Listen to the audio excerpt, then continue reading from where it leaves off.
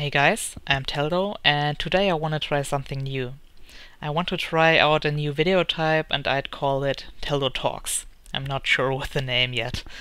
And in these videos I want to talk about specific topics in Guild Wars 2, focused on PvP and or the engineer. And the topic today is random effects in PvP. Well, what are random effects? Obviously stuff like crits and proc chances from sigils. RNG effects like that are common in most RPGs, and honestly, I guess random effects like those are absolutely okay. But in Guild Wars 2 there are other RNG effects, which aren't okay, in my opinion. Engineer probably has most of them. I'll give you a few examples. Elixir B, Elixir H, and Elixir X. I'll try to explain each one of those in certain situations, to show you what I don't like about them. Let's start with Toss Elixir B. When Elixir B gets tossed, it has the chance to apply either Swiftness, Fury, or Might. Each one of those boons can be very helpful in some situations, or they can be pretty useless. For example, when I and my team want to get from point A to point B as fast as possible, I obviously want to buff my team and myself with Swiftness. In a situation like this, Fury or Might would be useless. In combat though, it might be more useful to get Fury or Might instead of Swiftness. You could argue that little RNG effects like those don't have a huge impact, but they could definitely win or lose very close fights. Elixir H. When you heal yourself, you get either Swiftness, Regeneration, or Protection. It's pretty much the same issue like with Toss Elixir B. When you throw Elixir H though, you have the chance to get Regeneration, Protection, or Vigor. Well, when is the right moment to toss an Elixir H then? When I am at 100% HP and I throw it, I might get Protection, which would help me a lot to reduce the incoming damage by 33%, which would be extremely effective. But when I'm at 100% HP and I get Regeneration or Vigor, it's just very ineffective, because at 100% HP I probably also have 100% Endurance, and those two buffs regenerate those resources. So yeah, when I'm at full HP then they won't help me very much. And this random chance just makes this whole Toss Elixir H skill very unreliable and unattractive for me. It moves the skill and my priority of skills down by a lot, because it's just so unreliable and I can't be sure that the skill would even help me in situations where I need something to strengthen my defense. So I'd much rather use a knockback or some kind of other CC to increase my defense. And last but not least, Elixir X. Probably the RNG effect with the biggest impact. It transforms the engineer in one of 3 elite forms from other classes, which would be Plague, Tornado, and Rampage.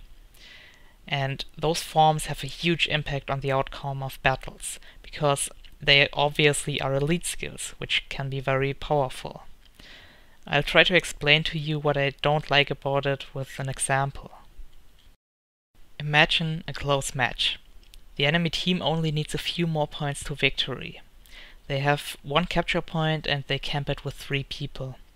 In order to have a chance to win, you need to neutralize that point as fast as possible and force a 3-0 base victory. To achieve that, it's probably the best way to just use a tornado and jump into the point and to keep knocking the enemies out and neutralize it. But what if you get the Plague form in that situation? Of course you would run into them and dot them and deal good damage. They might even go down eventually, but they will still remain in the capture point in down state and prevent you from capping it until they are stomped. So you'd lose because it would take way too long. That one elite skill could win or lose the game in that situation. It could be very powerful or just useless.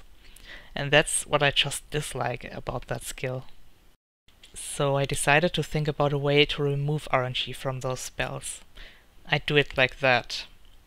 Toss Elixir B gives you Fury and or Might when in combat, and when out of combat it gives you Swiftness.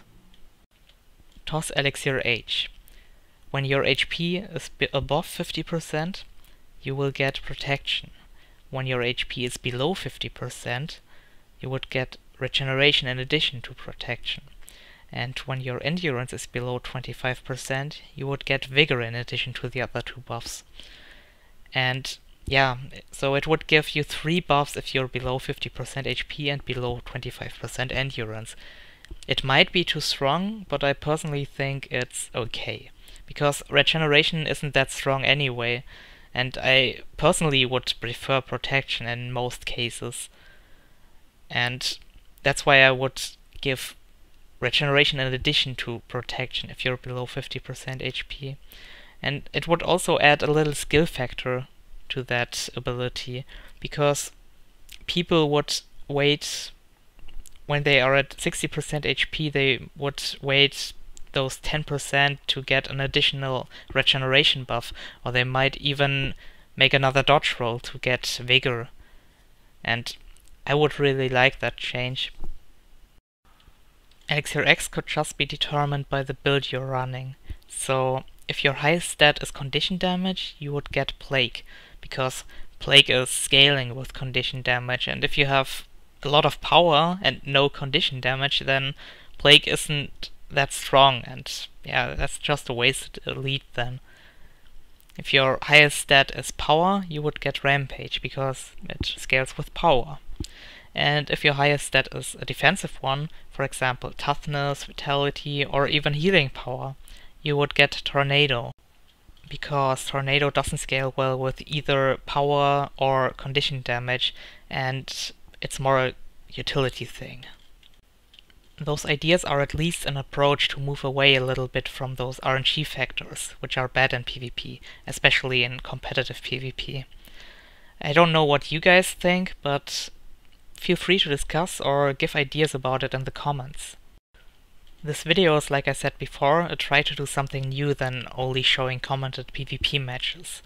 I'd be glad if you could tell me if you like the concept and the topic I chose today. If people like this video, I might as well continue this series later on. I would appreciate suggestions about other possible topics I could talk about. Of course, they should be about PvP and or the engineer. I thank you very much for listening, and see you guys next time.